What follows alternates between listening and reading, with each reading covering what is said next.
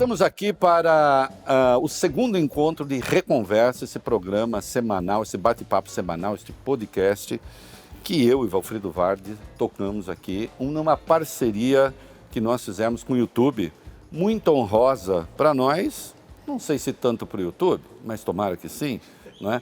Hoje com Silvio Almeida, ministro dos Direitos Humanos e da Cidadania. Nós vamos falar até porque que esse "e da cidadania" é uma coisa importante.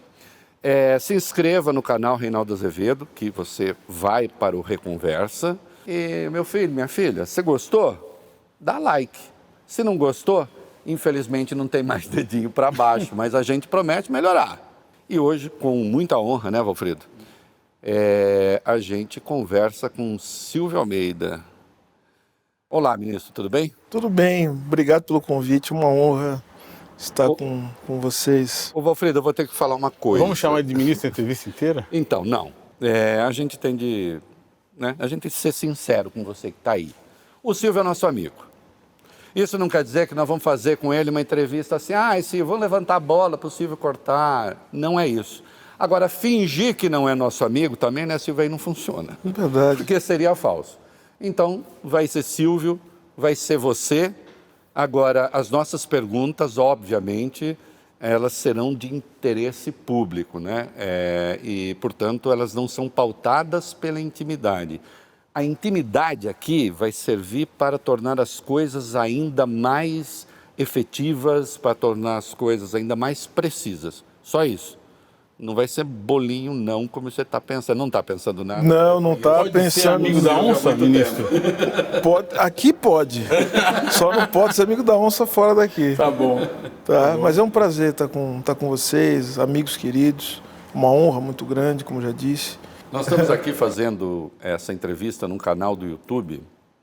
E você, o Ministério dos Direitos Humanos e da Cidadania, ainda hoje temos de explicar porque ser da cidadania é importante.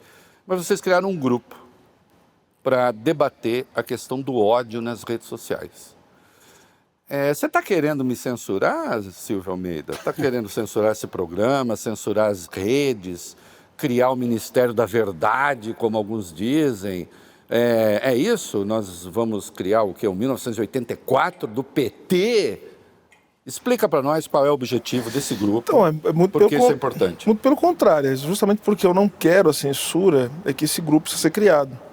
Porque a liberdade, ela depende justamente de coibir certos comportamentos, tanto do ponto de vista pessoal, individual, como do ponto de vista institucional. Acho que vale um esclarecimento aqui.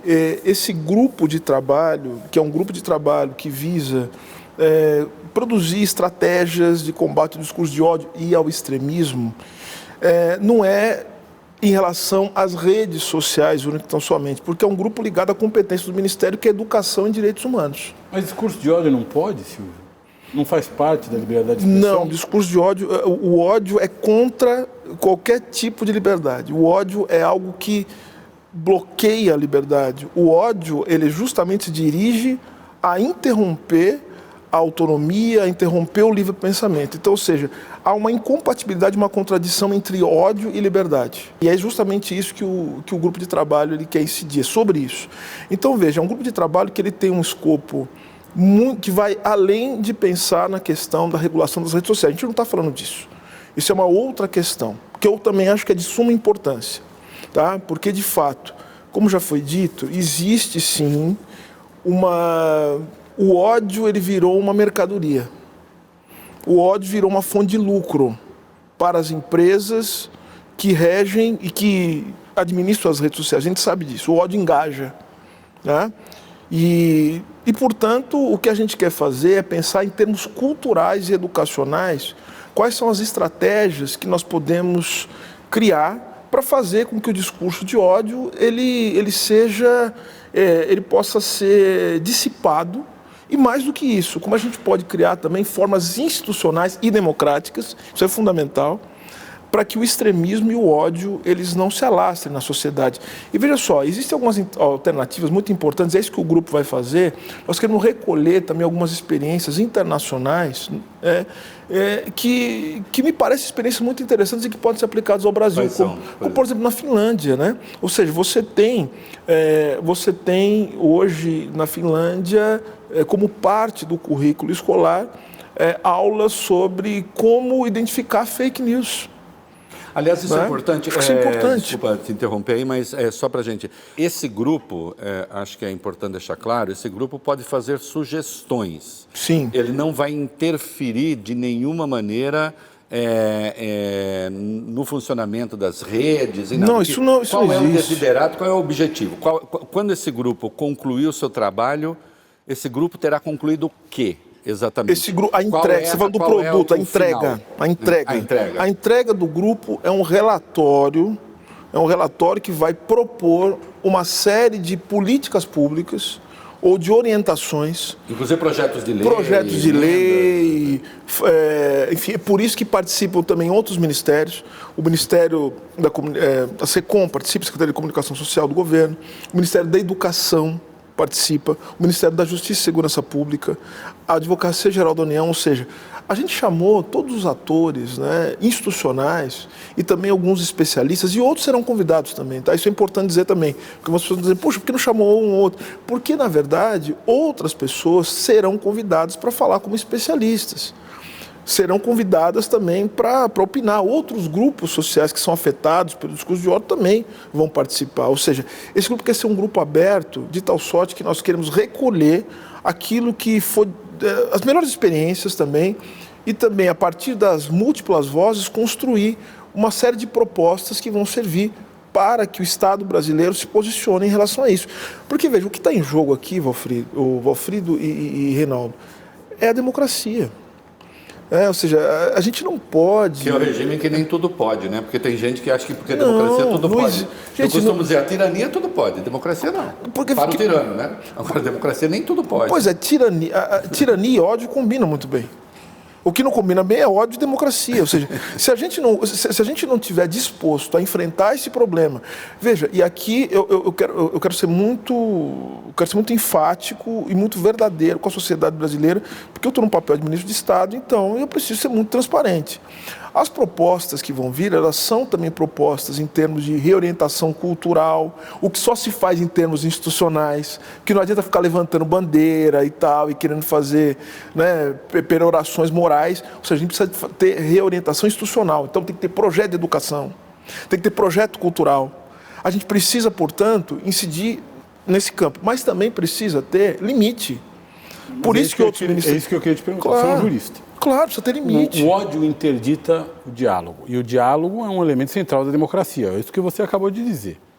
Se eu não tenho alteridade de pensamento, e o ódio interdita a alteridade de pensamento, é evidente que eu não posso ter um embate democrático entre ideias, que é um pressuposto da democracia. Mas como é que você faz? Só fala, pode ser que alguns se percam. Só rapidamente, alteridade de pensamento. Depois Diversidade de pensamento. Várias ideias convivendo ao mesmo tempo, no mesmo lugar e de maneira civilizada. Como é que a gente faz? Porque nós vivemos há 1 ou 2 décadas um mundo em que no Brasil você tinha empresas de mídia que eram brasileiras e que se submetiam à legislação brasileira. Hoje nós temos administradores das redes sociais, que são empresas mundiais. Como é que você faz para regular isso no Brasil? Ou regular no Brasil um fenômeno que é mundial. O ódio, ou a divulgação e propagação do ódio nas redes sociais é um fenômeno mundial que interessa a empresas transnacionais, que não submetem apenas ao direito brasileiro. Então, Compliquei? Não. Eu acho que o seu debate é fundamental e nos leva a pensar numa outra dimensão também da política nacional e da política de direitos humanos de uma maneira geral.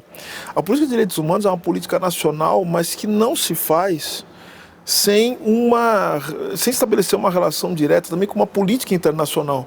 Não tem como a gente pensar nas coisas do país sem pensar também no ambiente, nas contingências do cenário internacional.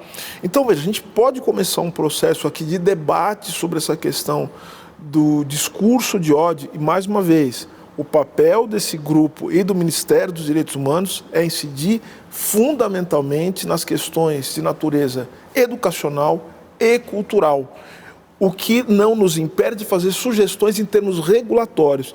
E as sugestões em termos regulatórios se dão em termos do direito interno, mas também incidindo, e também faz parte também do Ministério dos Direitos Humanos, essa incidência internacional, na confecção de debates e tratados internacionais sobre o tema. Você fez um discurso na ONU, na Comissão de Direitos Humanos da ONU, recentemente, há alguns dias. Você tratou desse assunto também? O que você falou lá? Falei sobre a necessidade de que nós fortaleçamos os aspectos institucionais que garantem a democracia no mundo todo. Estamos vivendo uma grande crise. Essa crise, se a gente pudesse resumir, ela se dá em 2 pontos centrais. Eu acho que é uma crise, primeiro, é uma crise do que a gente pode chamar de regime de acumulação. A gente não pode deixar tapar o sol com a peneira e dizer que nós estamos vivendo uma crise no capitalismo, uma crise da reprodução, né, do capitalismo mundial. E isso tem reflexos institucionais. Antes que algum idiota diga, um parênteses, isso não quer dizer, gente, que o capitalismo vai acabar amanhã. Quer dizer apenas que ele está vivendo uma fase de crise. Aliás, portanto, tem de se reposicionar. Isso aí. Exatamente, não. O capitalismo acabar amanhã não quer dizer que o socialismo irá brotar no dia seguinte. Inclusive, a derrocada... apenas que as coisas podem se desordenar muito e ficar muito Exato. feias. A derrocada do capitalismo é a derrocada também das formas de vida que se reproduzem sobre o capitalismo. Isso. O que significa, então, que sem alternativas, projetos, outras coisas, o colapso é o que Inclusive, se apresenta a diante de... democracia como um braço da cultura capitalista. É nesse ponto que eu queria chegar. A crise do regime de acumulação, ela cria também uma crise nos modelos institucionais, uma crise no que a gente chama de democracia, que é essa palavra que a gente sabe dizer muitas vezes o que não é, mas não sabe muito bem dizer o que é.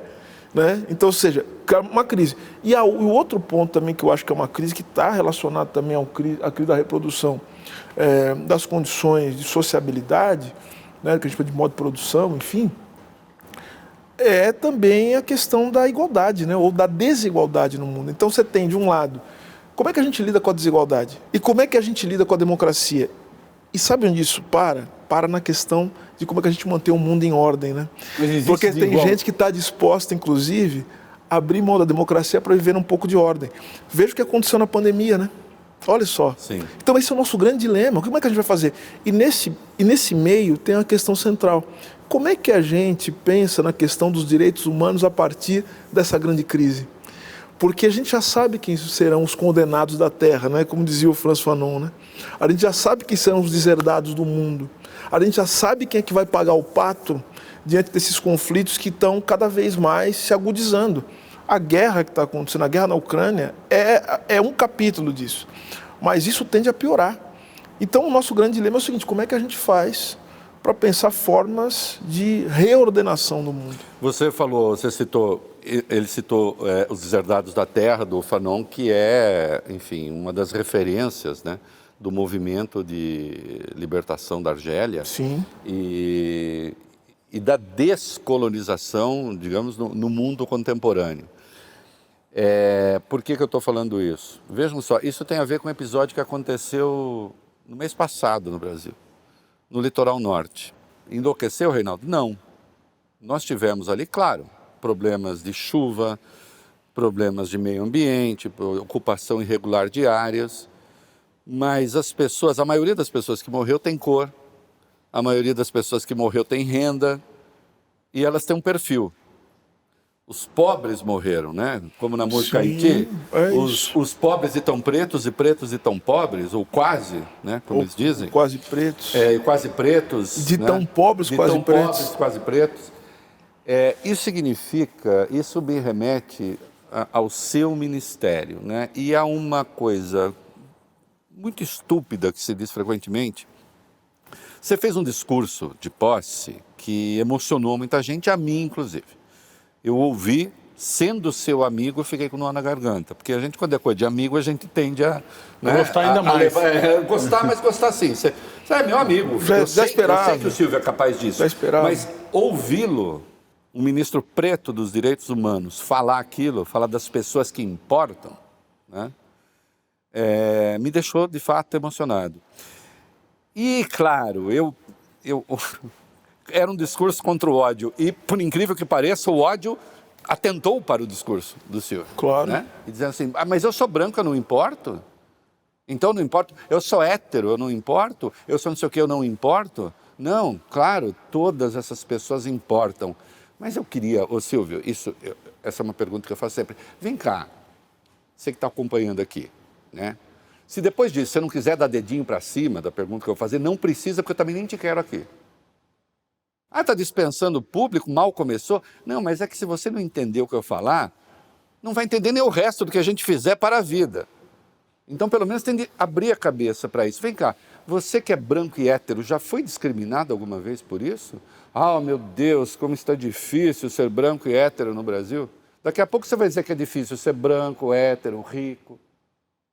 Que é um inferno ser isso. Bom é ser gay, é ser preto, é morar no pé da serra lá no Saí, para a coisa desabar sobre sua cabeça. Né?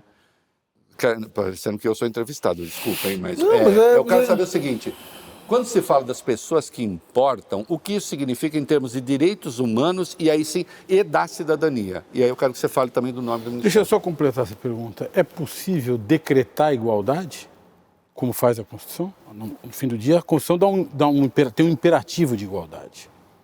Há um imperativo de igualdade na Constituição, ou seja, a Constituição manda que haja igualdade no Brasil. É possível?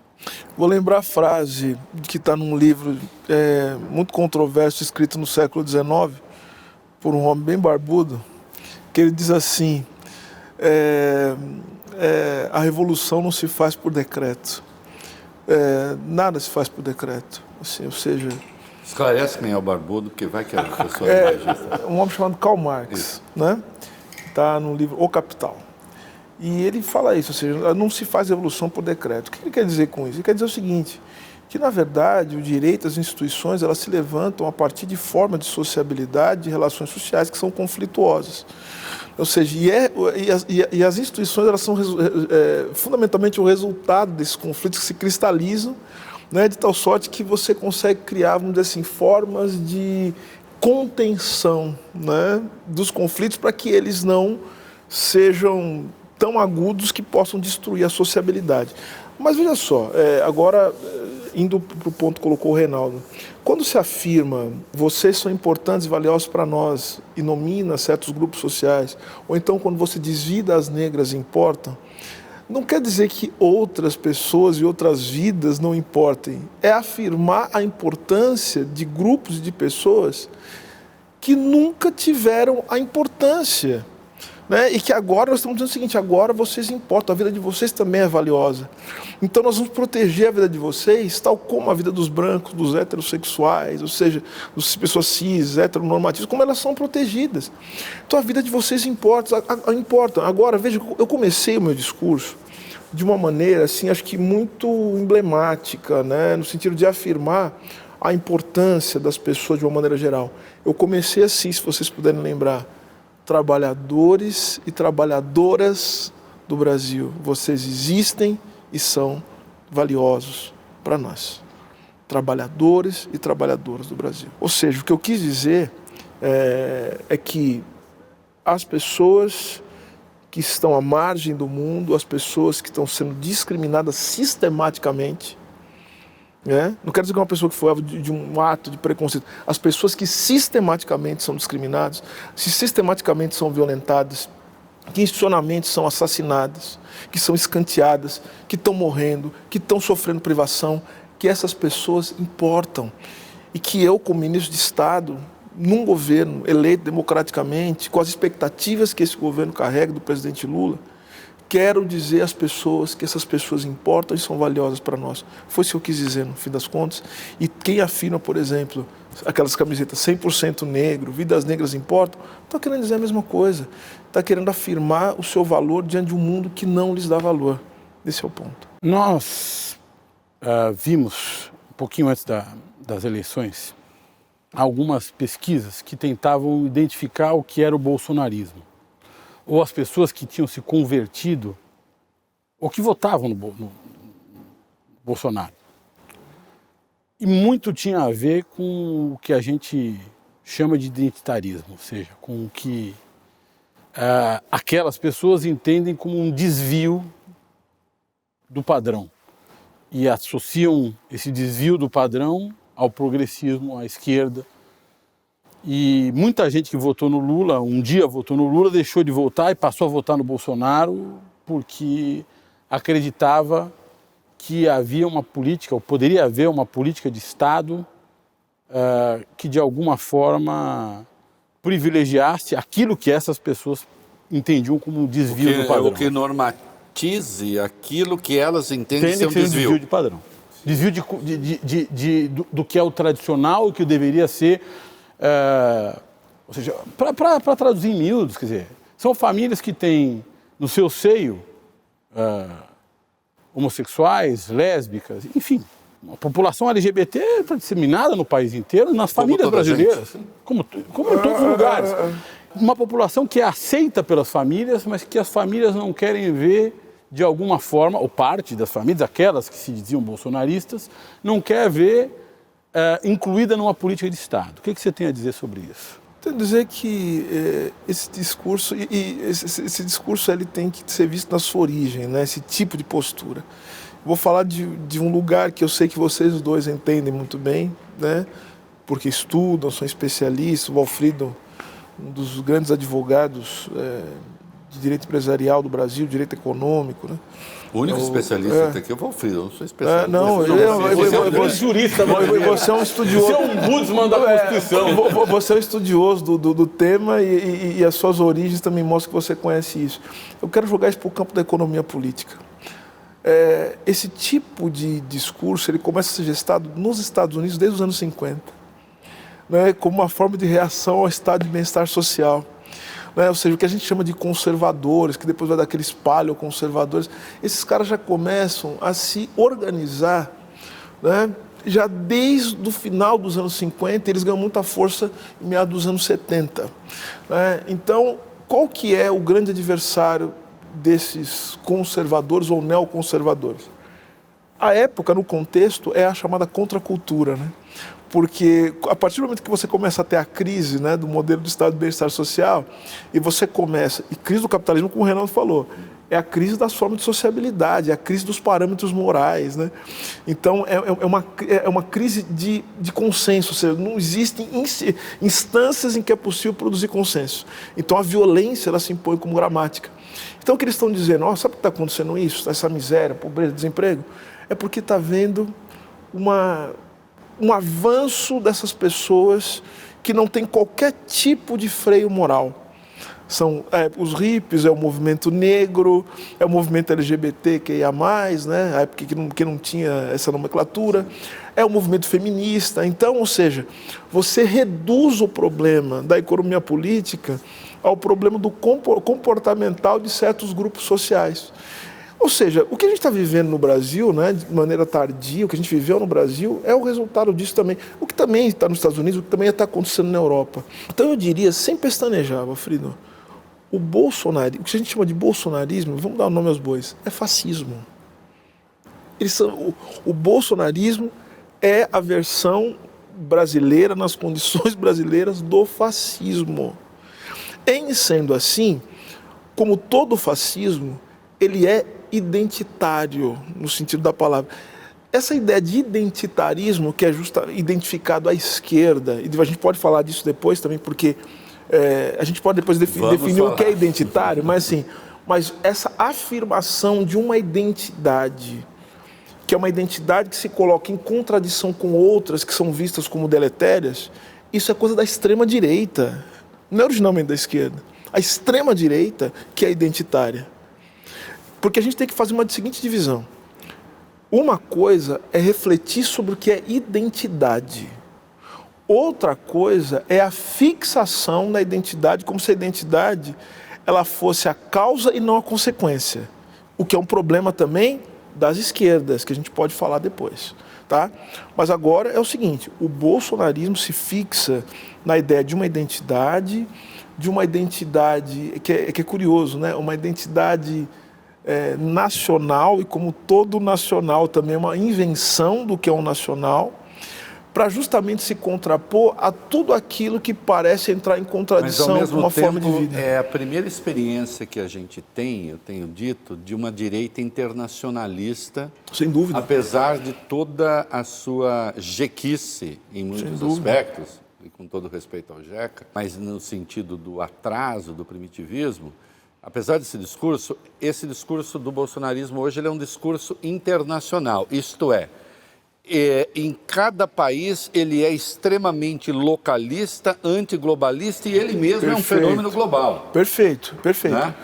Mas assim, vamos lá. O que você falou é muito interessante, que volta aquele começo do nosso papo.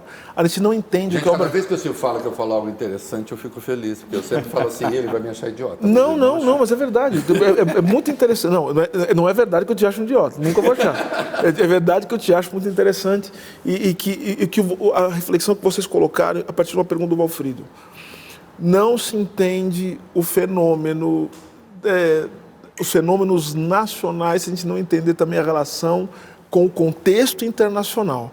Ou seja, o Brasil sempre foi um país atravessado por 3 tendências estruturais, que eu sempre falo isso. O Brasil sempre foi um país atravessado pela dependência econômica, pelo autoritarismo, né? A gente pode discutir depois o que é isso, e o racismo. Então não é novidade. A questão é como essas formas se apresentam diante de nós e como elas geram as crises que geraram. Então tem que ter um ambiente internacional para isso. Então eu diria que o bolsonarismo ele é uma espécie de manifestação nacional de um fenômeno internacional que é justamente essa ascensão das extremas-direitas na esteira da crise, daquela crise que nós falamos agora, que começa com o regime de acumulação, mas que atinge também as formas institucionais que foram produzidas no pós-guerra. Os críticos dessa tese do fascismo, seja o fascismo aqui, seja o fascismo, os fascismos localistas na Europa, dizem assim, a palavra não cabe, porque o fascismo também é um modelo econômico, o fascismo é um modelo de Estado centralizado, o fascismo é um jeito de organização, em suma, do poder político, é uma estética. Então, isso não seria fascismo, seria outra coisa. Eu pessoalmente, não compartilho dessa tese, porque eu acho que o fascismo também é um conjunto de valores. E ainda que a gente não tenha o Estado centralizado do fascismo, a gente tem um conjunto de valores que me parece, de fato, muito próximo do fascismo. Eu não quero que você comente a minha tese, mas gostaria de saber como você responde a essa crítica de que assim, não pode ser fascismo porque nós não temos uma economia fascista, não temos um Estado fascista, então fascista não é.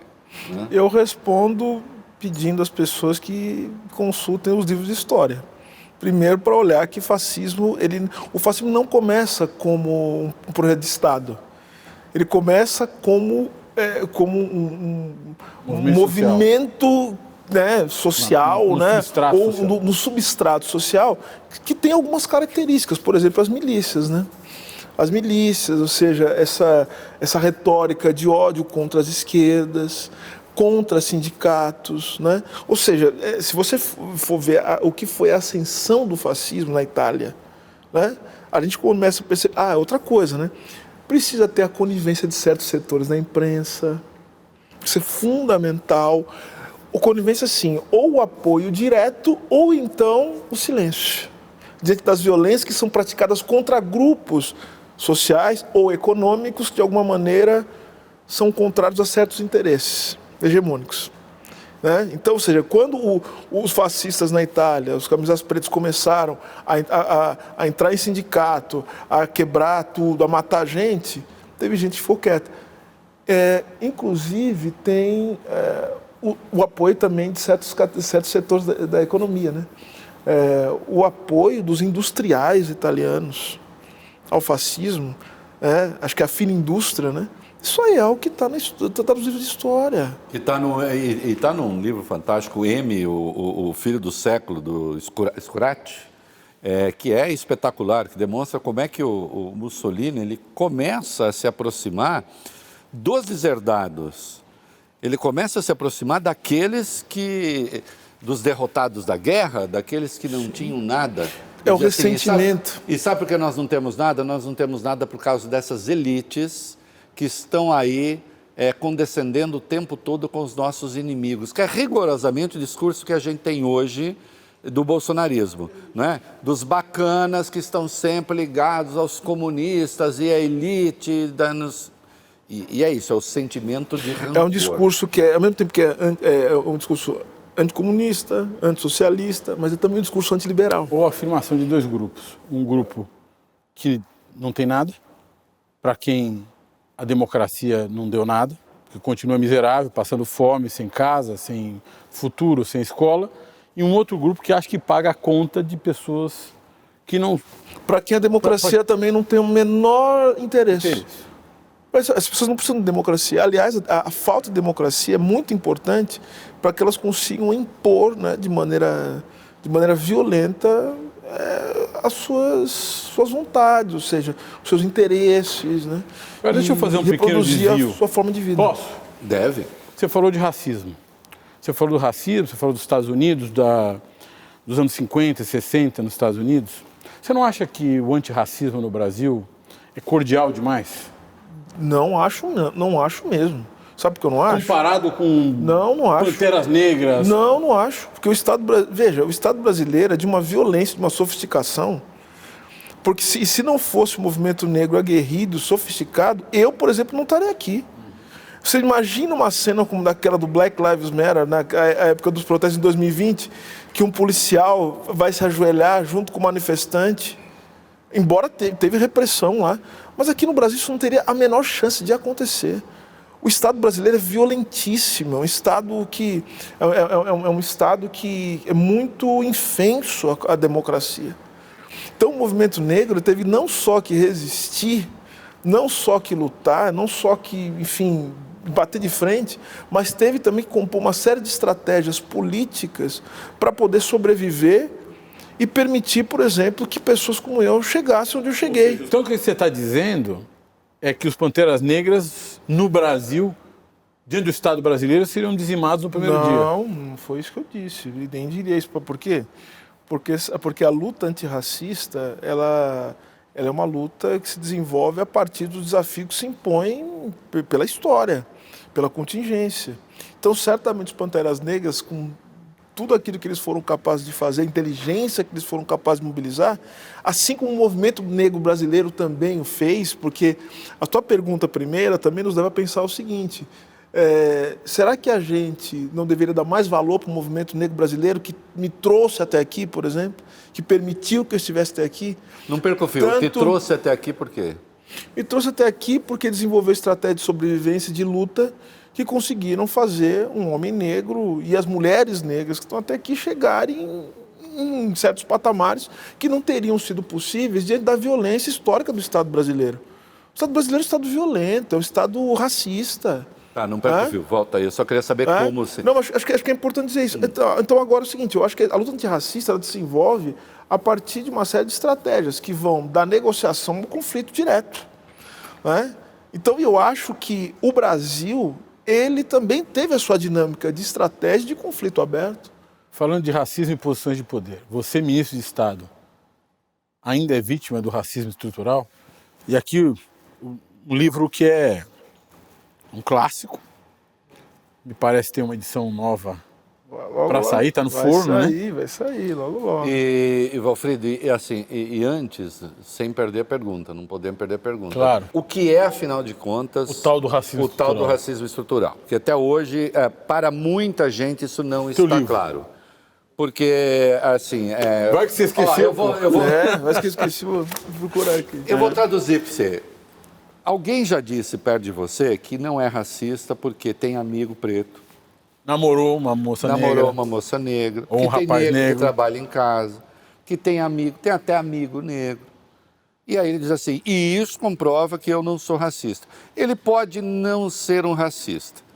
Mas o que é o racismo, e o racismo estrutural existe independentemente dele, a questão não é subjetiva, no sentido da vontade do cara. Ela está na nossa formação, ela está presente entre nós. O que é o racismo estrutural primeiro, depois... Qual foi a sua pergunta mesmo? A minha pergunta é se ele, depois de ministro de Estado, porque é uma pergunta que tem uma sacanagem por trás, claro. Que é a seguinte, bom, o racismo acaba quando você atinge uma posição de poder? Claro. Esse é o ponto. Claro que não. Quando você se tornou ministro de Estado, você deixou de ser vítima de racismo estrutural? Claro que não. Agora sim, falar de racismo estrutural nos leva a sofisticar o termo até com que a gente se refere aos casos de racismo. Então veja, falar de racismo estrutural retira a palavra vítima e culpa. Não é isso que está em questão aqui. Quando a gente fala de racismo estrutural, a gente está falando de posições. De uma situação social. De situações. Vamos pegar... Eu sempre gosto de explicar assim, quando eu dou aula sobre o que é o racismo na sua dimensão estrutural. Primeira coisa que eu falo. Vamos começar pelo que o racismo estrutural não é. O racismo estrutural não é um tipo específico de racismo. Ponto. O racismo estrutural, esse termo, esse conceito, é uma forma de olhar a questão do racismo com mais sofisticação. O que eu quero dizer com isso? É tentar enxergar o racismo para além da vontade, para além de casos individuais e para além de um movimento institucional. É tentar enxergar o racismo na sua dimensão relacional, como relação social. Portanto, é muito mais complexo. Então, vamos pegar... Eu gosto de usar a seguinte imagem. Imagina o seguinte. Quando você vê uma violência, um homem negro sendo agredido por 3 policiais brancos. Vamos pegar os brancos. Ele fez alguma coisa de errado. Percebe, então? Mas por que você sabe que é racismo aquilo? Por que você fala assim, puxa, isso aqui é racismo? Por que você identifica aquilo como racismo? Você percebe, então, que antes daquela cena acontecer, tinha um cenário. Essa altura, quem está nos assistindo, não posso perder o gancho, não perca. O jovem negro que foi morto por 5 policiais negros nos Estados Unidos. Onde é que está o racismo estrutural? Pois aí? Agora, não, veja só, vamos pegar essa cena. Por que você fala assim, isso aqui? Por que alguém vira e fala assim, isso aqui é racismo? Ser os policiais brancos ou negros? Porque existe um cenário. E qual que é o cenário que está colocado? O cenário que está colocado é que jovens negros são sistematicamente violentados pelo Estado. Né? Seja aqui, ou seja nos Estados Unidos, seja em outros lugares. Então vejam que a gente... E mesmo aqueles negros que estão lá como policiais são agentes de um Estado que tem um conjunto... Pois é, por isso que a palavra vítima não faz muito sentido. Por quê? Porque o racismo como relação social... vitimiza a sociedade como um todo. Ele faz com que negros e brancos se mobilizem a partir da questão racial. Mesmo uma pessoa negra... pode ser que olhe para outra pessoa negra também de maneira a enxergar naquela pessoa algo diferente do que enxerga no branco. Os negros também são atravessados pela forma com que o racismo estrutura a sociedade. É isso. Posso dar um exemplo aqui mais assim, acho que mais evidente? Chocante. Mais chocante. Não é incomum, é estudado até pela psicologia isso. Isso chama ameaça do estereótipo. O que é a ameaça do estereótipo? Você vai prestar um concurso. Para professor em alguma universidade.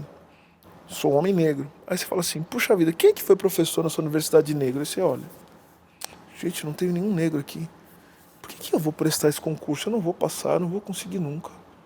Aí a pessoa pega e simplesmente não se candidata para a vaga, simplesmente porque já tem a certeza de que, pelo fato de ser negra, não vai conseguir. O que leva a pessoa a pensar uma coisa dessa? Não tem nenhuma placa dizendo aqui não se permitem negros. Você percebe, então, como a condição racial, ela vai formando a sua subjetividade. É isso que eu quero dizer. O racismo estrutural é isso, é a formação não apenas de um comportamento consciente, mas até das formas do inconsciente. Quer um outro exemplo? Um exemplo pessoal, incluindo, que fique claro, quem é alvo da discriminação. Incluindo os próprios negros, é óbvio. Por isso que eu falo, a luta, o antirracismo, ele só se forma de 2 maneiras. Né? E aliás, não uma ou outra, das 2 formas. Com estudo e com militância política. Consciência racial, ela não é espontânea. Para você entender o que é o racismo, você precisa estudar e você precisa também agir politicamente. Senão a sua consciência não se forja. Para onde vai o antirracismo? Um negro não se torna um militante da causa negra simplesmente por geração espontânea. Wolfredo, só uma questão, não perca, mas eu tenho de fazer essa provocação aqui. Até porque eu sou acusado hoje de ser governista, né? Então agora eu vou fazer. Mas vai mudar em breve.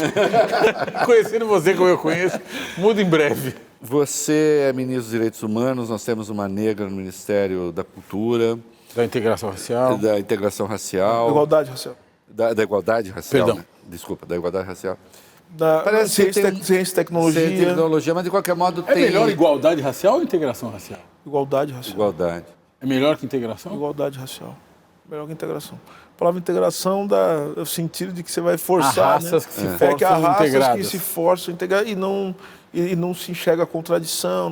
Não tem. Não é integração. Até que tem negro no governo, mas não está faltando orçamento na mão desses negros. Porque, assim, o que eu pergunto é se o racismo estrutural não está presente até no momento em que, assim, e eu saúdo que o governo Lula tenha negros no ministério, eu acho que isso é um avanço objetivo, histórico, etc. Agora, ao mesmo tempo, fica parecendo assim que alguns ministérios vamos pegar a elite econômica, alguns ministérios assim, aquilo que a gente diz, café com leite, fica para os negros.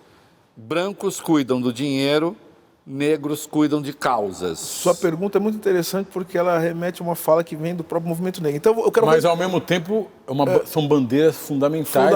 Então, por isso que eu quero responder essa pergunta a partir de 2 registros. Vamos pegar um primeiro registro. Primeiro que isso não... Isso poderia, o que você está dizendo poderia ser contestado se a gente pegar o caso do Ministério da Cultura, que está na mão de uma das artistas mais representativas, acho que da cultura negra, né?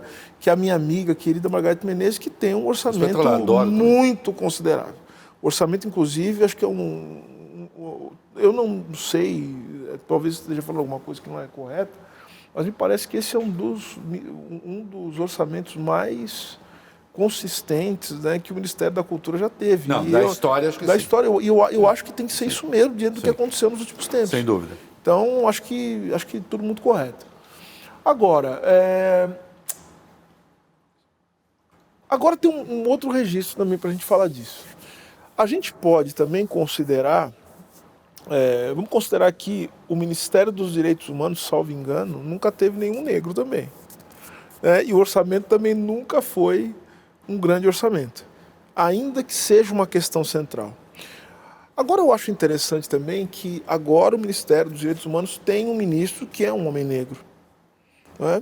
Enfim, que é um advogado, enfim, que trata de uma série de coisas, mas ao mesmo tempo esse mesmo ministro que é um homem negro entra para ser ministro dos Direitos Humanos no momento em que a questão dos direitos humanos ela ganha uma relevância talvez única na história, não só do Brasil, mas global. No mundo. Então agora qual que é a luta? A luta agora é o seguinte, se o Ministério dos Direitos Humanos ele tem essa relevância, e ele de fato tem essa relevância, porque agora não é só dos direitos humanos, tá? Direitos humanos e da cidadania. Parênteses rápido, por que esse E da cidadania é importante? Porque agora a ideia do presidente Lula é que o Ministério dos Direitos Humanos ele tenha também um poder de organização e de execução de política pública. Silvio Almeida é o tecido conjuntivo do governo. Sistema de justiça. Está tudo bem com o sistema de justiça? Claro que não. Claro que não. Nós estamos falando de uma série de coisas que denunciam o sistema de justiça. Política carcerária. Não tá. Ativismo judicial. Inclusive, eu vou dar até um... Você tem verba? Eu vou dar até um primeira mão para vocês aqui. O Ministério dos Direitos Humanos e Cidadania tem uma verba?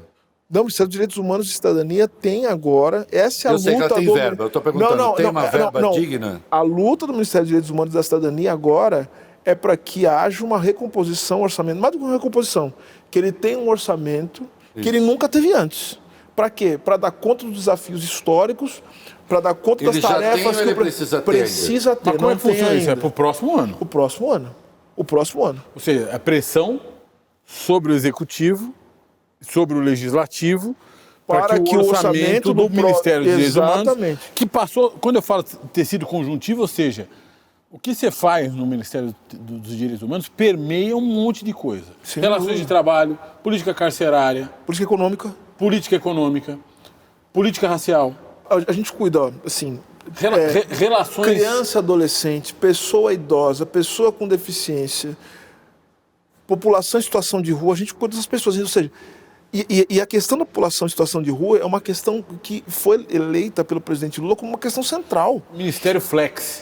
Pois é, flex e... Tem um conceito, você E a gente precisa, e só para terminar, Reinaldo, é fundamental, portanto, que haja orçamento. Por quê? Porque cidadania. Porque de a gente quanto tem é que hoje, ter você lembra? capacidade. Eu não tenho de cabeça, até porque é o seguinte, existe ainda uma discussão sobre a recomposição desse orçamento pelo seguinte: o Ministério dos Direitos Humanos não era o Ministério dos Direitos Humanos e Cidadania, era o Ministério da Mulher, da Família e dos Direitos Humanos. E da Damares. Isso, da Damares. Da Goiabeira. O que piora muito a situação.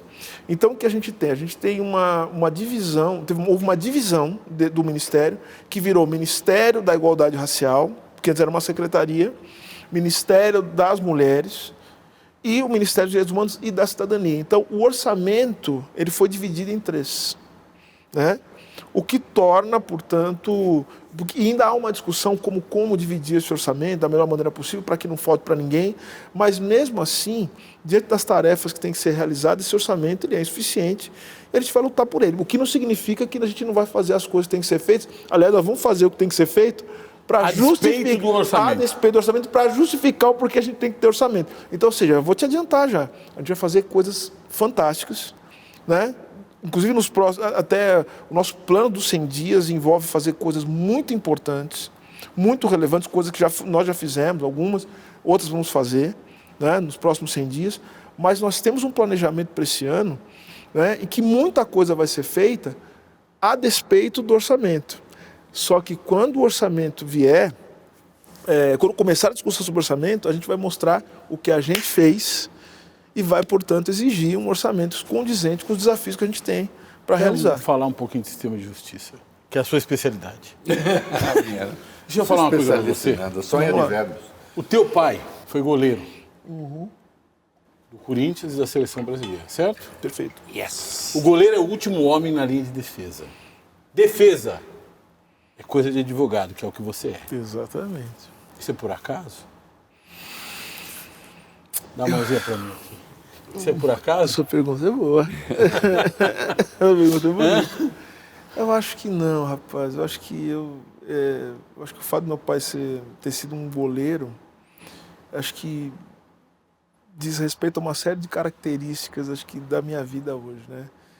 Eu acho que não só o fato de ser uma pessoa que se coloca na defesa, né? O último homem na linha de defesa. O último homem na linha de defesa. E agora, sobre os direitos humanos e com a história de ativismo que eu tenho, os estudos que eu faço, você me colocar sempre como a última barreira, né, entre a civilização e a barbárie, né, que é isso que a gente faz contra direitos humanos. Mas acho que tem outras características no goleiro, né, que acho que são importantes. A primeira delas é o goleiro ele precisa ser alguém em que você confia. Alguém que precisa demonstrar confiança. Alguém que precisa demonstrar que se tudo der errado, você está lá para... Ou seja, se a defesa for vazada, você está lá para tentar salvar o dia, né? Até na hora do pênalti. Até na hora do pênalti. Na hora do pênalti, que é o momento da solidão. Eu acho que tem outro. O goleiro ele tem uma capacidade de ver o jogo por uma perspectiva que os outros jogadores talvez não tenham essa condição. Nem o técnico tem. O goleiro, enfim, eu acho que essa ideia de organização, um ponto de observação privilegiado, mas eu não gosto nem de falar de privilégio, mas é um ponto de observação de muita responsabilidade, porque não é privilégio, né? É responsabilidade, porque o goleiro, inclusive, ele tem que arrumar barreira, ele tem que olhar quando a defesa está com problema, ele tem que chamar a atenção do companheiro. Então, eu acho que essas características do ser goleiro fazem com que eu tenha tomado algumas decisões na minha vida. Quais, né? por exemplo? O quê? Ser advogado, ser um militante dos direitos humanos, ser um sujeito que se interessa muito pela forma com que a sociedade se organiza, cultivar sempre das minhas relações essa ideia da confiança, eu acho importante.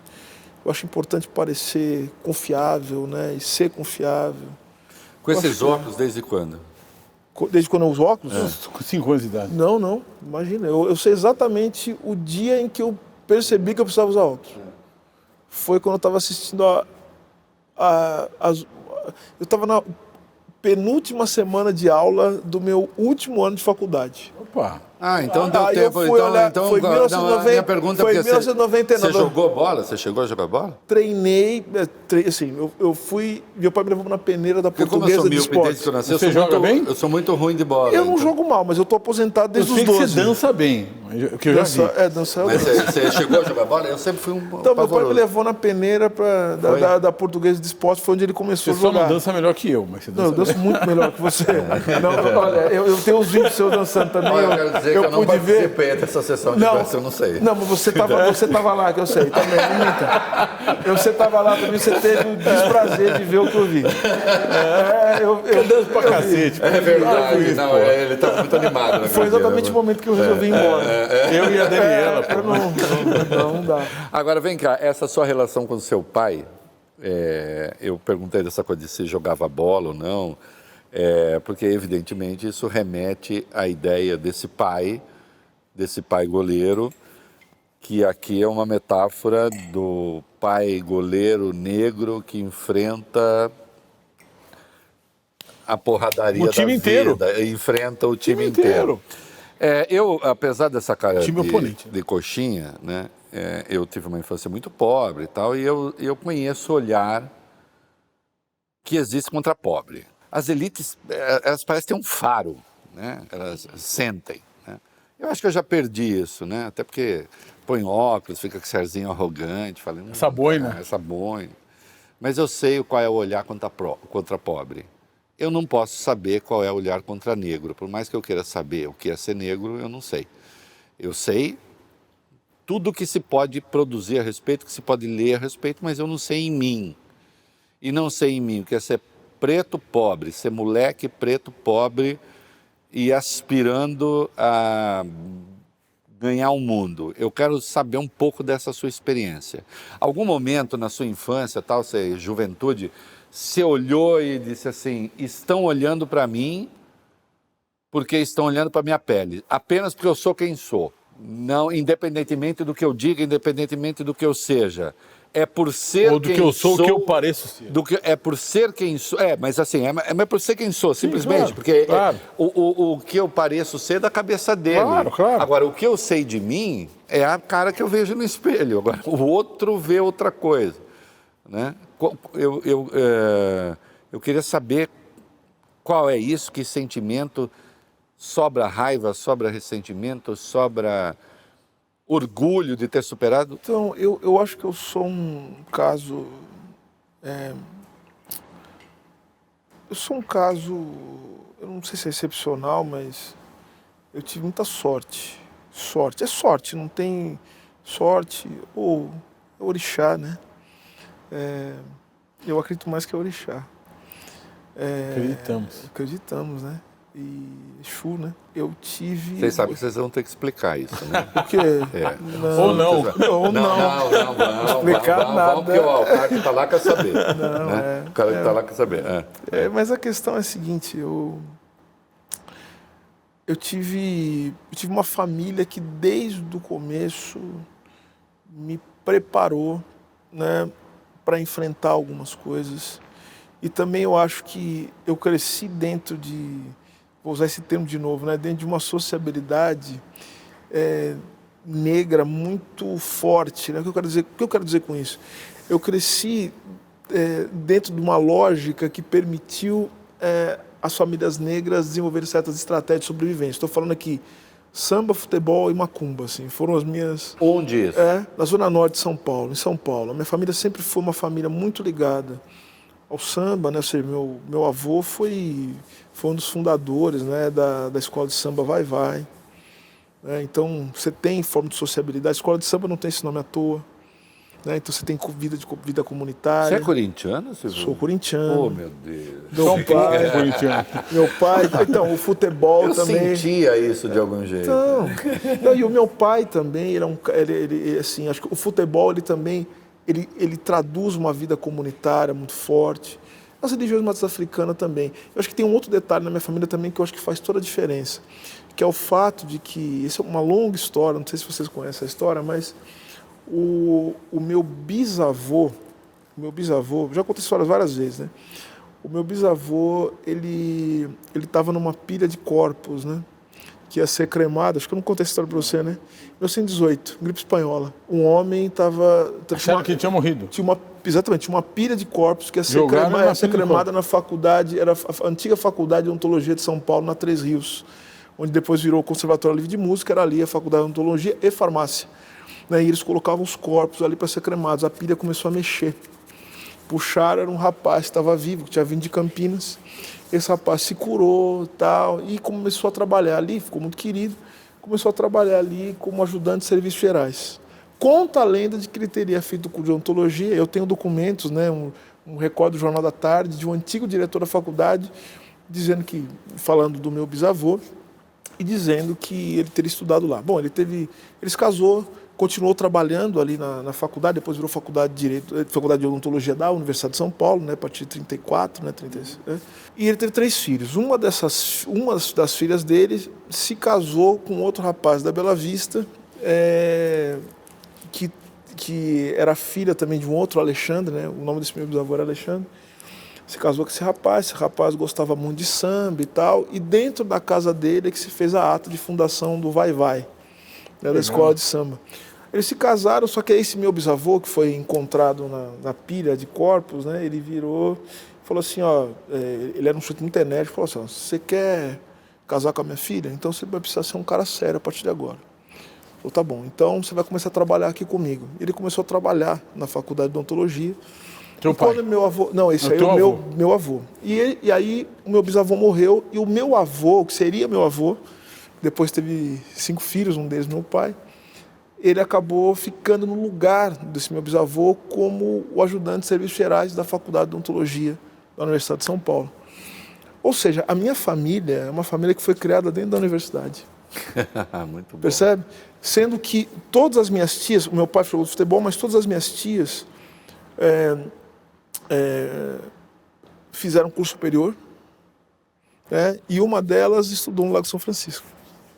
Ela estudou no Lago São Francisco nos anos 60. Então, ou seja... Sem política de cotas. Sem política de contra cotas. tudo e contra todos. Sem política de cotas. Você é a favor da o que é uma pena. Você é a favor porque da política de cotas? eu queria que tivesse... Eu sou muito a favor. Eu queria que tivesse tido no meu tempo, porque daí eu teria mais colegas negros, teriam mais outros negros estudando comigo. O cara que está acompanhando a gente agora e que eventualmente é contra a política de cotas, vai dizer que você... Renan, posso te dar uma explicação sobre política de cotas? Que eu acho que é importante falar sobre isso. Não, é que você não se formou pela política de cotas. Não, é uma pena. Eu gostaria que tivesse no meu tempo. Se tivesse política de cotas no meu tempo... Eu me formei no Lago São Francisco. Sabe quantos negros tinha na minha sala? 0. Imaginei. Isso é normal? Claro que não. Não é normal. Sabe quantos negros tem nos restaurantes em que a gente já... Não é que eu me formei no século retrasado. Eu me formei só no século passado, 1995. Sim. Tinha 0. Você sabe... Só para esclarecer, Silvio, eu já bati muito na política de cotas e hoje eu sou favorável à política de cotas. Eu lembro, eu te odiava essa época. Eu sei. A gente já se odiou, hoje a gente se ama muito. Mas verdade. assim, eu era... E isso é a beleza da vida. A beleza da vida é mudar de opinião. Eu estava errado, mas pelo menos os meus argumentos... Mas assim, o que nos aproximou é justamente a sua... Esse é o problema, você defendia bem. Mas aí, cara, o cara que está acompanhando aí, fala assim, o Silvio é brilhante, o Silvio dá aula nos Estados Unidos, o Silvio... E não teve política de cotas. E, portanto, ele passou por esse processo todo de teste. Ninguém precisa disso. E na base da meritocracia, como qualquer outro, você conseguiu. O que é que você responde para ele? Primeiro que eu não posso ser a medida do mundo, né? Primeira coisa, né? Eu não posso ser a medida do mundo. Às vezes eu lamento tanto que eu não posso ser, mas fazer o quê? Mas eu não posso eu nem entendo quero. De beleza, não de intelecto.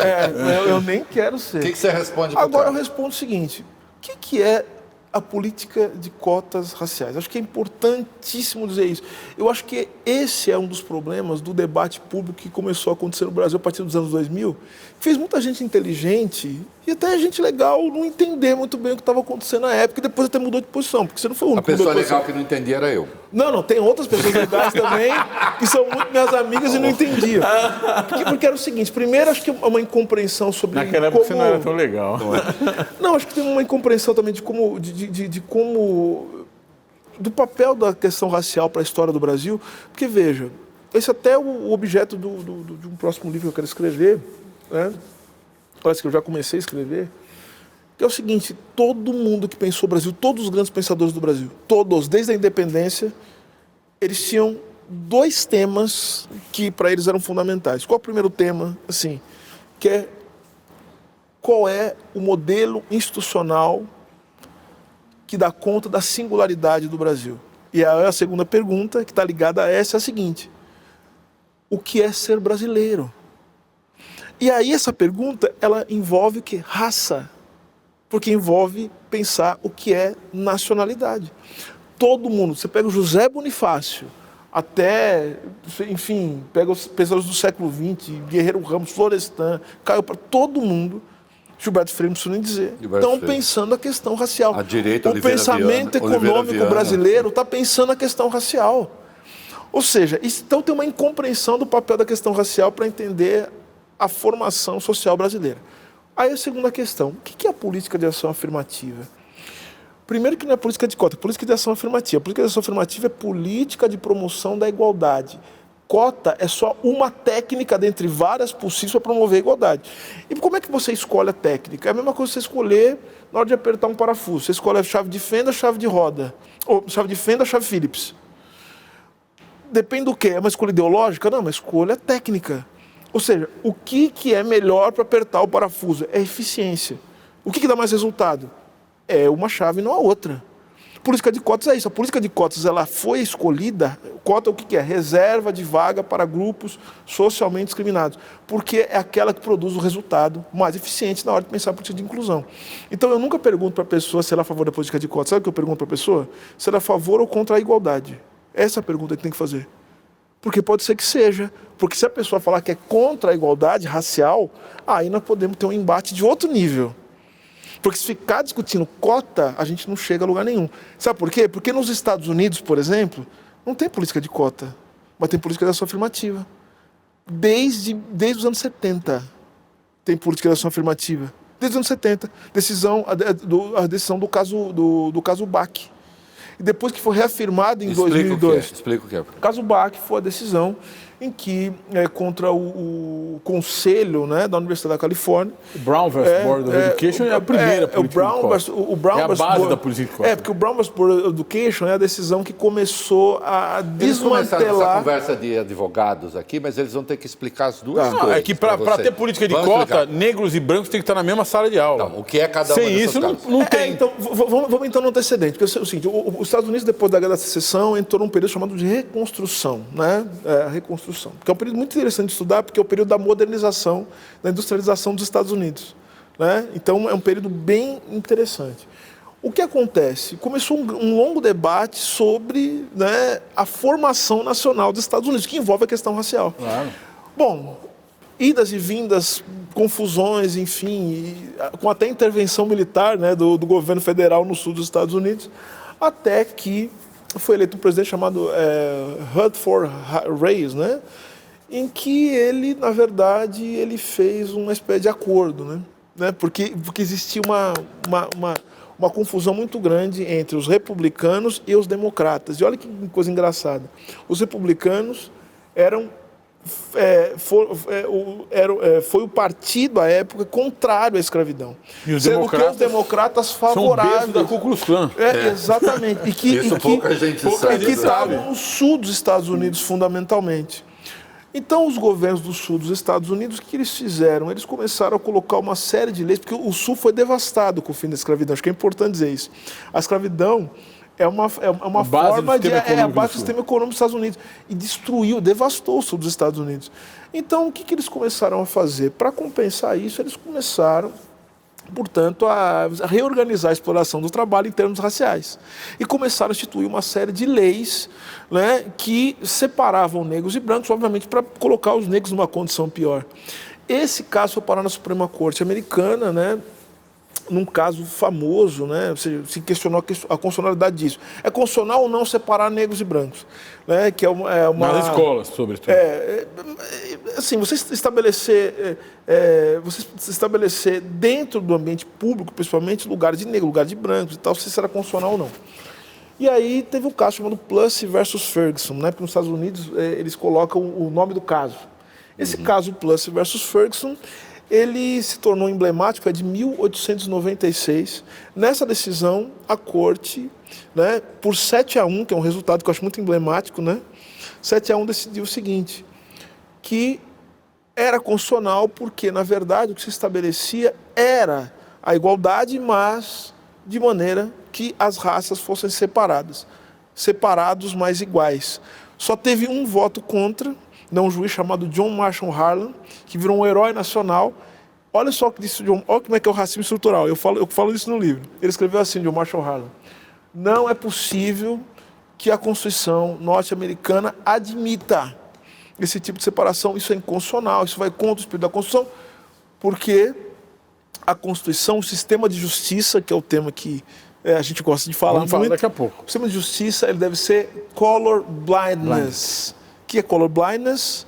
Color blindness é cego em razão da daltônico. cor. Daltônico. Ele não pode ver cor. Em razão da cor. Quer ver o que acontece? Aí, em 87, mais ou menos, a Suprema Corte, ela foi acionada para julgar um caso em que uma pessoa diz o seguinte: olha, eu fui sistematicamente discriminada pelo sistema de justiça, né?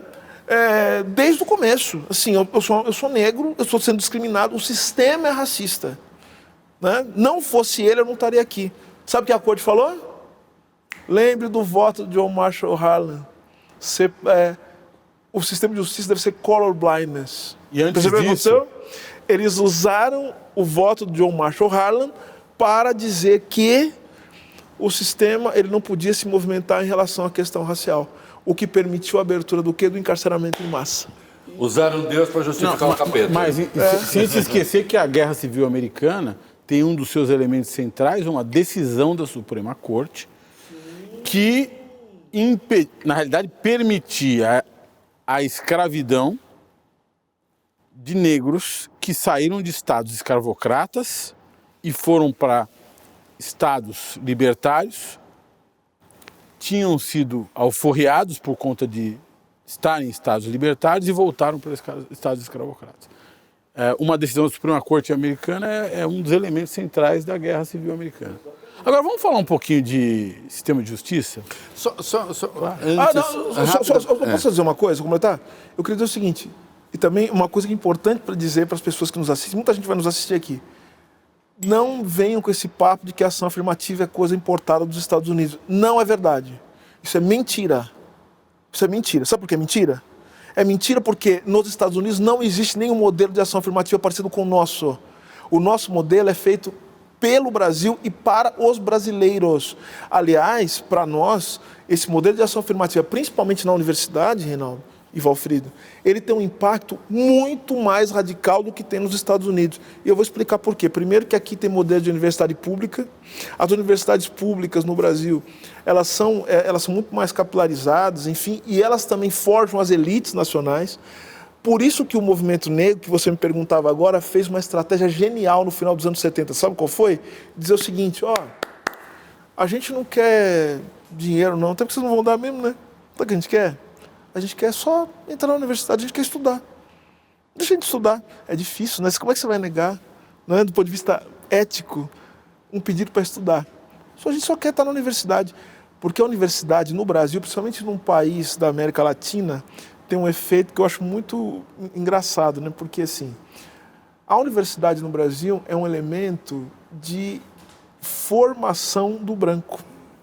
Olha só. Porque no país da América Latina você precisa inventar uma coisa que não existe na América Latina. Sabe o quê? Gente branca.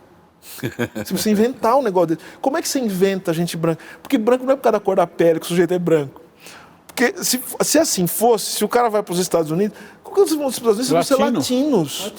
E vocês não são brancos. Tem gente, inclusive, que entra em depressão por causa disso, porque não entende.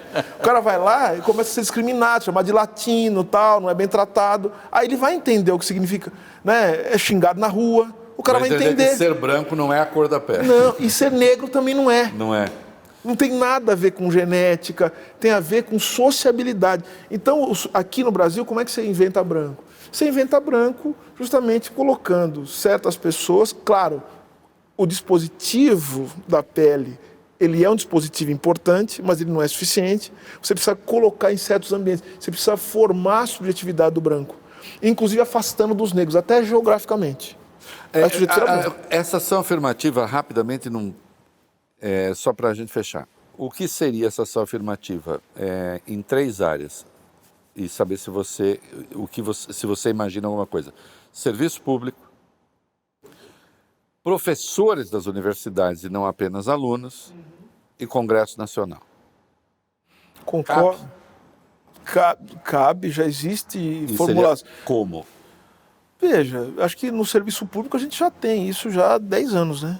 Você já tem inclusive é uma lei que precisa ser rediscutida nos próximos anos, né? Que é a lei do serviço público. Isso já existe. Isso aí não tem nenhum tipo de... Os concursos públicos já prevêem, embora haja tentativas de burla disso, de não aplicar. No caso das chamadas cotas eleitorais, elas também já existem. Nos partidos, né? Mas você pensa alguma coisa que, assim, Congresso que tivesse uma reserva, por exemplo, de... Eu acho que a gente precisa avançar para isso. Eu não sei exatamente como a gente vai fazer isso, mas a gente precisa pensar num modelo para que isso se torne efetivo. Mas isso depende muito de uma reforma política mais ampla, sabe? Que torne mais, vamos dizer... que torne a democracia no Brasil mais consistente, sabe? A participação popular mais consistente. Isso dependeria também da gente rever até os modelos de financiamento de campanha. Porque, veja, não tem escapatória, né? Porque se a gente não conseguir aumentar as condições de representatividade de certos grupos, né, a gente não consegue, portanto, estabelecer também uma forma de ocupação racional dentro do parlamento que leve a questão racial em consideração. Então, eu acho que já existe todo um acúmulo a respeito. Não, você é o grande especialista em Suprema Corte no Brasil. Metade da população brasileira acha que a Suprema Corte errou de deixar o presidente Lula preso 580 dias. 580 e tantos dias. Quase 600. 580. Outra parte da população brasileira acha que a Suprema Corte errou de soltar o presidente Lula. E quem está no meio disso tudo acha um absurdo, porque ora prende, ora solta. O que está acontecendo no Brasil? E aqui, é importante deixar claro, nós estamos diante de um jurista, não de um especialista em antirracismo. Isso é um pedaço do problema do sistema de justiça. Tem outros aspectos. Eu acho o seguinte... O jurista que, aliás, aparece na lista de... cotados para o Supremo Tribunal Federal. Eu acho que o absurdo... É um absurdo da prisão do presidente Lula, é o resultado já de um sistema de justiça que funciona de uma maneira absolutamente equivocada. Eu vou explicar por quê. Para se chegar à condição de prender um presidente da República,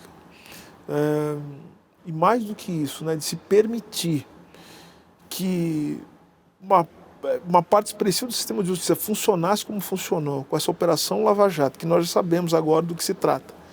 E você foi um dos primeiros a demonstrar isso, né? Com suas obras. Foram, né? Fomos os três. A demonstrar o que significava essa operação Aliás, Lava Jato. eu sou meio grato a elas, porque porque ela nos uniu de algum jeito, né? Pessoas tão diferentes. Não, porque, veja, Nós somos tão diferentes assim? Não, de áreas diferentes. Entendi. Não, mas de fato, você vê a fragilidade, quando você vê certos grupos dentro da burocracia estatal, né, que conseguem fazer o que fizeram. Assim, acho que, primeiro, que eles não teriam conseguido fazer isso se já não houvesse uma profunda fragilidade da forma de funcionamento do sistema de justiça brasileiro. Né? Você permitir um juiz, né? Um juiz de piso, né? Como se diz, fazer o que fez, demolir as instituições democráticas brasileiras. Juiz de primeira instância, no caso, está falando, né? Ele pisa, o juiz que está no primeiro grau. É um juiz de piso. No térreo. Você vê que de alguma maneira, né? E você vê que de alguma maneira o Supremo Tribunal Federal, de alguma forma, tenha ficado, por conta de uma série de pressões, né? Vamos dizer, tolhido, né? Ou de alguma maneira limitado para conter as ações dessa parte da burocracia estatal, que não tem nenhum compromisso com a democracia, demonstrou que não tinha, é porque você tem um funcionamento do sistema de justiça. Agora, vamos pensar, veja como a gente liga os assuntos, né? A gente não está falando da questão racial, não está falando de pobreza, de minoria, mas eu quero dizer o seguinte, você só consegue fazer isso com o presidente da República, né? Com a força que tem o presidente Lula manter 580 dias preso, se você já testou isso, num monte de gente pobre, preta, né? E que não tem a menor condição de se defender. Você precisa criar um sistema que torne isso possível. Então, se isso aconteceu com o presidente da República, você imagina o que acontece com as pessoas que não têm a condição de se defender. Eu acho isso espetacular, é fundamental. Isso é fundamental a gente pensar nisso. Isso é fundamental. A gente pensar nisso. Ou seja, nós temos um sistema que funciona contra a população brasileira, contra o que for pobre, ou seja, que é capaz de funcionar contra qualquer um de nós, dessa maneira. Então, assim, é um país que permite, nas delegacias, permite a tortura, que permite... Veja, isso só permite esse tipo de prisão, tortura, de violência. Quase 800 mil presos e 40% estarem lá sem trânsito em julgado. Então, eu quero dizer para vocês uma missão que o presidente Lula me deu. Quero contar para vocês aqui. Para todo mundo. Contar para todo mundo. O presidente Lula chegou para mim muito preocupado, e eu vou cumprir a missão que ele me deu, vou fazer o que for possível para fazer, o necessário, mais do que possível.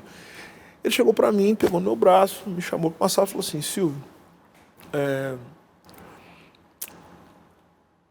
eu acho que a gente precisa fazer alguma coisa a respeito das pessoas que, palavras dele, tá? Que estão presas e não mais deveriam estar. Me apresente, portanto, um programa, um projeto, para que a gente consiga fazer alguma coisa, um mutirão, para tirar das prisões brasileiras... 700 mil pessoas. 700 mil pessoas estão presas hoje no Brasil, 400 mil em prisões cautelares. Ou seja, em decisões que determinaram o encarceramento dessas pessoas sem trânsito julgado, sem que elas terminassem de se defender. Por isso. Pessoas que estão presas que já cumpriram pena, pessoas que estão presas e não precisariam estar, né? Justamente porque a prisão ela se impõe como última ratio. Então, ou seja, é preciso fazer um negócio desse. Se eu sou ministro dos Direitos Humanos, eu preciso olhar para isso, eu preciso fazer alguma coisa. Porque, olha, quem conhece o mínimo de criminologia, sabe como é que funciona a lógica da ocupação dos territórios pelo crime, sabe muito bem que o que acontece dentro das prisões, a lógica da organização das prisões, ela não vem das periferias para a prisão, é o contrário, vai das prisões para as periferias. É isso que acontece. Essa lógica de violência. Quem está acompanhando a gente precisa saber que o encarceramento que se promove no Brasil fortalece o crime organizado em vez de enfraquecer. Fortalece o crime organizado, a violência. Recrutamento, fortalece a violência. É o contrário daquilo que parece óbvio, né? O que parece óbvio é vamos tirar os bandidos. Não, a hora que você encarcera em massa, você está fortalecendo os partidos. E frivolamente, vamos lá. Porque o filho da classe média, que é pego com uma ponta de maconha, vai para casa. E o filho da periferia, o filho do pobre, o negro e pobre, vai para a cadeia.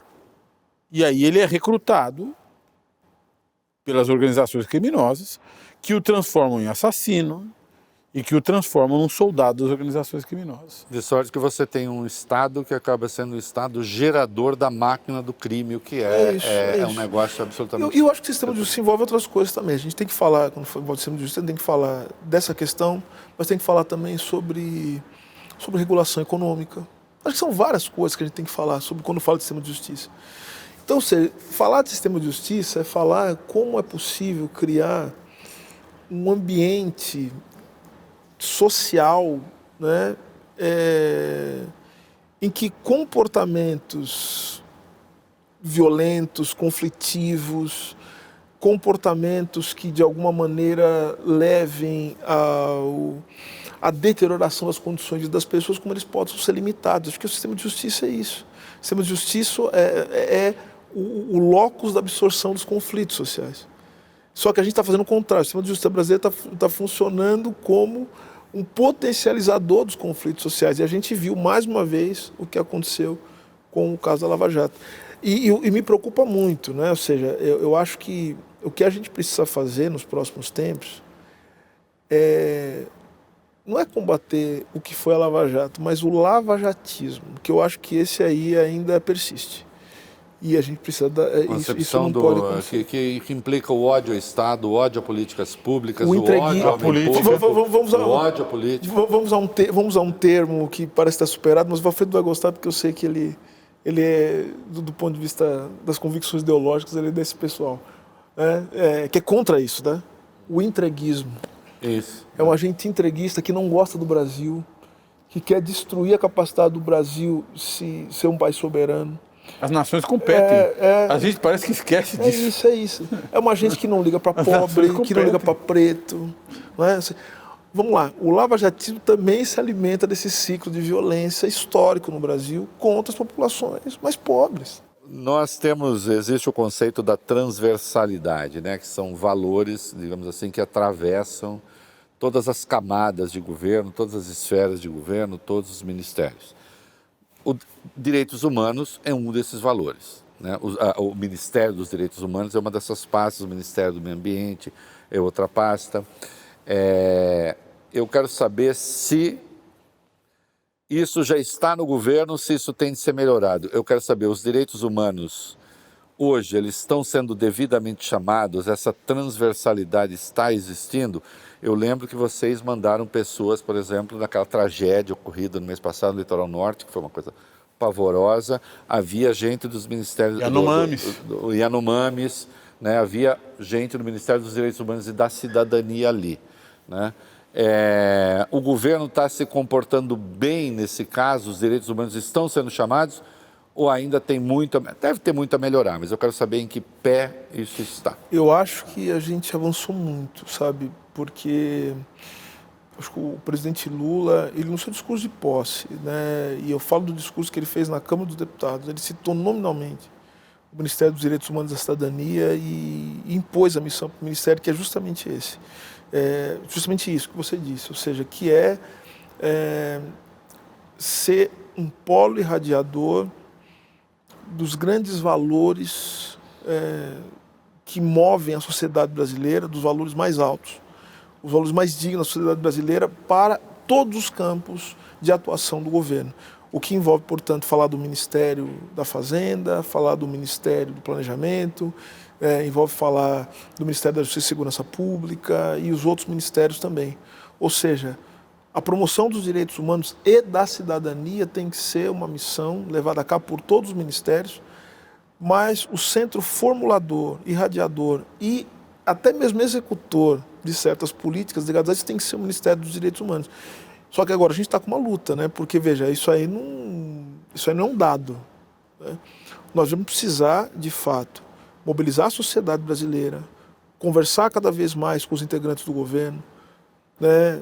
Quero conversar cada vez mais com o presidente Lula para que o nosso grande legado, o meu legado e o legado do presidente Lula fundamentalmente seja que os direitos humanos se tornem uma política de Estado e não apenas uma política de governo. Eu queria falar assim, eu não estou dizendo que sim, não é uma coisa de cara de acusação, mas assim, porque senão há uma tendência meio inercial para que seja uma coisa meio ornamental, né? Assim, Renato, posso contar uma ideia? Posso contar uma coisa que a gente quer fazer? Sim, claro. O Valfredo, eu não sei se já falei sobre isso com você, Valfredo, mas eu acho que você, como também um homem que conhece o direito administrativo, tal como o nosso querido Rafael Valim, né? Que a gente manda um abraço muito fraterno, acho que há de concordar comigo. Sabe o que eu gostaria de fazer, assim mesmo, deixar como uma grande experiência no Ministério? Eu queria que o Ministério dos Direitos Humanos e da Cidadania tivesse funcionários de carreira.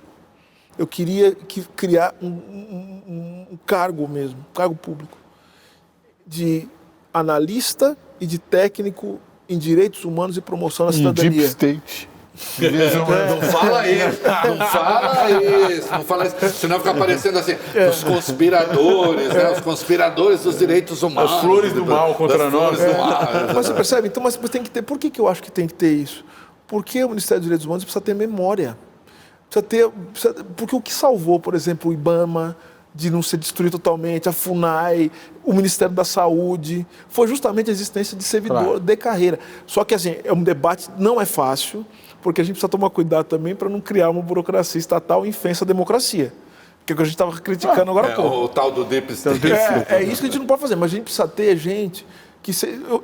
Veja, eu estou pensando aqui num tipo de servidor público, até mesmo pelo objeto com o qual trabalha, que seja diretamente relacionado aos movimentos sociais, relacionado também aos grupos mais vulneráveis, que tenha que estar em contato direto. Tem que ter accountability social. Sim, exatamente. O cara tem que responder alguém todo dia ali. E tem que ter um sujeito que conheça e saiba quais são as necessidades das pessoas e como resolver problema. Não pode ser o cara que tem sua boa vontade, fala, puxa vida, vamos ajudar, vamos fazer...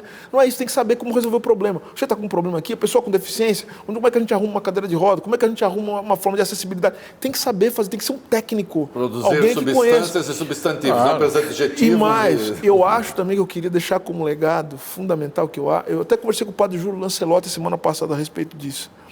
É preciso que o Ministério dos Direitos Humanos da Cidadania tenha superintendências, tenha representações nos estados, para que as pessoas possam saber, inclusive, com quem falar, quem recorrer. Você acha que há essa disposição no governo? Entende eu acho que há essa disposição. A abrangência disso? Eu acho que há essa disposição. Eu acho que há um interesse por parte do governo, mas há também uma necessidade cada vez maior de demonstrar o quanto isso é importante, inclusive para o sucesso desse governo, que é um governo que nasce compromissado com os movimentos sociais, nasce compromissado com os movimentos populares, que nasce compromissado com o povo brasileiro e com a democracia. Então, ou seja, eu acho que não há escapatória a não ser promover, eu não estou falando por minha causa, não, estou falando por conta de uma política de direitos humanos. Por isso que a gente tem que ver direitos humanos para além do que a gente viu até agora, o que foi muito importante, porque a política de direitos humanos no Brasil, ela se fortalece com o fim da ditadura militar, com a redemocratização. Então a grande ideia, o que não se abandona, é pensar nas comissões de anistia, mortos desaparecidos, sabe, discutir o legado da ditadura, isso é muito importante. Só que para nós, direitos humanos também tem uma outra dimensão. Agora, virou o quê? Defesa e fortalecimento da democracia. Nós temos uma assessoria especial para isso, que inclusive é um ex-ministro de Direitos Humanos, que me dá muita honra, o Neymar Miranda, que cuida disso lá. Outra, nós temos que pensar em como, agora cidadania, como dar as condições necessárias para que as pessoas possam se defender da violência, inclusive a violência do Estado. Tanto que nós criamos, agora nós estamos elaborando um estatuto das vítimas da violência, que não é só... Eu estou falando de vítima de violência, estou falando das pessoas comuns, assim, entre aspas, estou falando também dos policiais. Como é que as pessoas vivem a violência, o que elas podem esperar do Estado? Então tem uma série de coisas que nós vamos fazer para quê? Para institucionalizar a política de direitos humanos, que não vire só uma bandeira moral. Ô Silvio, um dos problemas, e eu acho assim, quando a gente conversa, né, com eleitores de Bolsonaro, que nem sempre o eleitor do Bolsonaro é um bolsonarista, né? O bolsonarista supõe alguém que tenha algum grau de organização, de militância, tal. Às vezes é aquele voto... E uma fidelidade institucional. E uma fidelidade institucional. Perene, né? Ou pelo menos Estado. E a gente já passou por isso hoje, mas agora num outro diapasão aqui, numa outra perspectiva, né? A ideia assim de, esse Ministério dos Direitos Humanos... ele não se ocupa de mim, ele só se ocupa dos outros. Como é que a gente faz com que política de educação é necessária para que se entenda os direitos humanos como um valor que beneficia o conjunto da sociedade e não apenas uma forma na cabeça de alguns de privilegiar determinados grupos? Porque tem essa... Não adianta, eu sei a resposta. Como é que isso chega às pessoas? Falta um processo de educação, de informação? Acho que falta muito. Esse é um dos papéis. Bom, o grupo que nós começamos a falar do grupo de formulação de estratégia contra o discurso de ódio e contra os extremismos, né? Justamente nós precisamos de uma estratégia de educação em direitos humanos. E que não envolve só o Ministério dos Direitos Humanos, tá? Por isso que tem que estar o Ministério da Educação junto nisso, o Ministério da Cultura. Ou seja, a estratégia educacional é uma estratégia comunicacional também. Eu acho que os meios de comunicação têm um papel fundamental. Acho que as redes sociais, a gente tem que ser muito sincero, muito claro, né? Enfim, nisso. Tem um papel central em relação a isso. Então, até as formas de obtenção de lucro com base no engajamento, né, e com o extremismo, com ódio, vão ter que ser revistos. A gente vai ter que ver esse negócio de algoritmo. Né? Como é que está sendo feito esse negócio? Eu acho que a gente vai ter que ter um debate mais sério sobre democracia. E isso é debate educacional, tá, Reinaldo? Não é... Porque, assim, educação, vamos lá, educação não é simplesmente você pegar, mudar currículo e mostrar para as pessoas o que elas têm que aprender ou não. Educação, ela envolve também uma reorientação, até do ponto de vista político. A gente precisa colocar limite nas coisas. Educar envolve dizer o seguinte, o que as pessoas podem fazer, mas também o que as pessoas não podem fazer. Né? Então, acho que é isso. É uma estratégia comunicacional. E outra coisa, você sabe o que é direitos humanos? Faz parte do rol dos direitos humanos? Sabe qual é o maior programa de direitos humanos que a gente tem no Brasil? Sabe ou não? Sabe? É o SUS. É o Sistema Único de Saúde. Sabe qual outro grande programa? É o SUAS, é o Sistema Único de Assistência Social no Brasil. Quando a gente combate a pobreza, quando uma equipe minha está lá, né, lá no litoral norte de São Paulo, ajudando, é o Estado brasileiro se ocupando com a política de direitos humanos, porque são os meus secretários que estão lá, eles estão olhando para a tragédia como um todo, mas tem pessoas que dentro dessa tragédia elas vão sofrer muito mais. Claro. O que não quer dizer que a gente não está se preocupando com as pessoas. Quer dizer o seguinte, que uma pessoa idosa, uma pessoa que está numa cadeira de roda, essa pessoa precisa de uma atenção, de uma mobilização especial por parte do Estado brasileiro. Você tem pessoas, criança e adolescente, então a gente precisa mobilizar os conselhos tutelares, precisa ter uma forma de acolher essas crianças de uma maneira diferente. Tem as mulheres que estão lá, né, de uma maneira diferente. Olha só, o padre Lancelotti, estava conversando com ele, conversando também com algumas pessoas em situação de rua, olha o que eles me contaram. Isso é política de direitos humanos, olhar para as pessoas com atenção. Estava me falando sobre as mulheres que estão em situação de rua. Até o ciclo menstrual dessas mulheres é diferente. Então, a forma de fornecimento de absorvente para essas mulheres tem que ser diferente e outra, tem que ser um tipo de absorvente que elas querem, porque elas sabem o problema que elas passam. Então, a política de direitos humanos é uma política também, olha só que coisa, uma política de você oferecer para as mulheres uma coisa na sua singularidade. O que não quer dizer, e voltamos para a questão do identitarismo, né? Olha só que interessante. Você olhar para a questão da singularidade não quer dizer você não olhar para o particular e muito menos para o universal. Nem segregar. Não tem universal sem particular e não tem particular sem universal. E aí eu quero entrar um pouco nisso. Aliás, isso é fundamental. Nós falamos, num dado momento aqui, você disse o fascismo é identitário, né? A extrema-direita é identitária. Né? Eu queria só que você esclarecesse um pouco o que você quer dizer com isso. E aí eu quero entrar...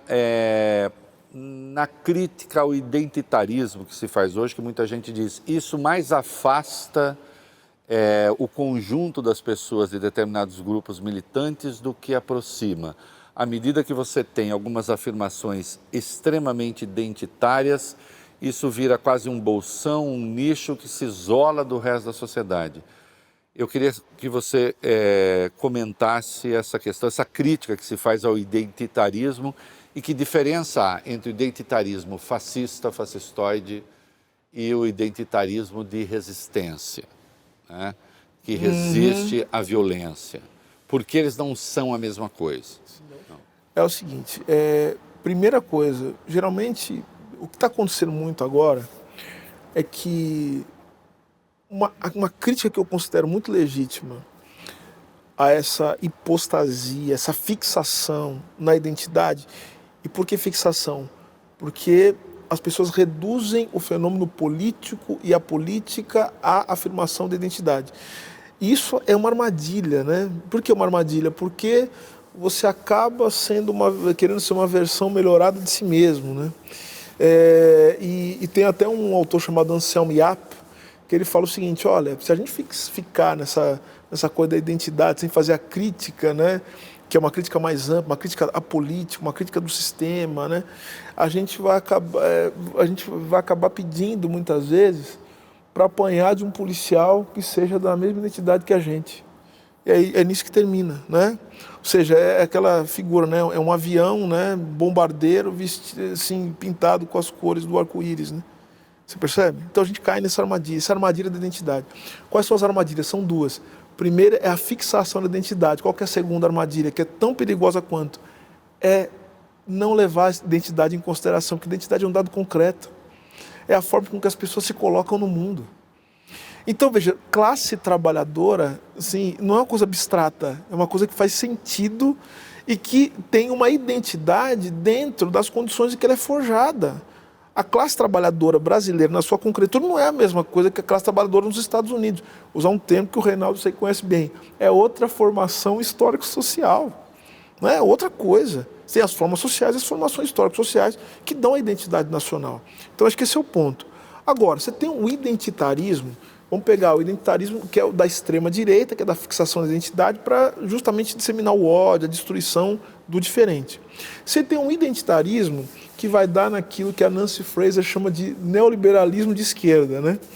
Que é justamente isso, ou seja, você fica falando das singularidades dos grupos sociais, mas sem mostrar a condição de fundo que leva esses grupos justamente à sua condição de precariedade ou de vulnerabilidade. Eu posso, por exemplo, como homem... Que é o desprezo, por exemplo, à questão econômica, por exemplo, objetiva. Porque, veja, não existe antirracismo. Eu vou repetir isso, eu sei... Sempre que eu falo isso vai dar problema, tá? Mas eu também não me importo. Por favor, diga coisas que... Não, eu já falei isso uma vez, você já me ouviu falar, você também já ouviu falar. Não existe antirracismo compatível com aquilo que se pratica no Brasil hoje, em outros lugares, se chama de política de austeridade. Não tem. Não tem antirracismo com isso. Entendeu? Não é compatível. Não é compatível antirracismo com destruição do Sistema Único de Saúde. Então, quem é antirracista, não basta só afirmar que as coisas da sua cultura, ou então da sua forma de existência, que é muito importante. Eu sou um homem negro, eu sou um homem do candomblé, eu tenho muito orgulho disso tudo. Só que eu posso ser isso tudo, só que isso tudo não tem como se sustentar materialmente se eu não lutar por uma sociedade em que as pessoas tenham as condições materiais de existir decente, tenham trabalho decente, emprego decente. Se não tiver o Sistema Único de Saúde, uma das maiores políticas antirracistas do Brasil é o Sistema Único de Saúde, meu cara. Se destruir o Sistema Único de Saúde, você vai ver quanto preto vai morrer, quanto mulher vai morrer, quanto pessoa LGBTQIA+ vai morrer. Você tem as políticas específicas na sua singularidade, só que essas políticas elas têm que ser acompanhadas também de um olhar sobre a universalidade da política. Senão não adianta.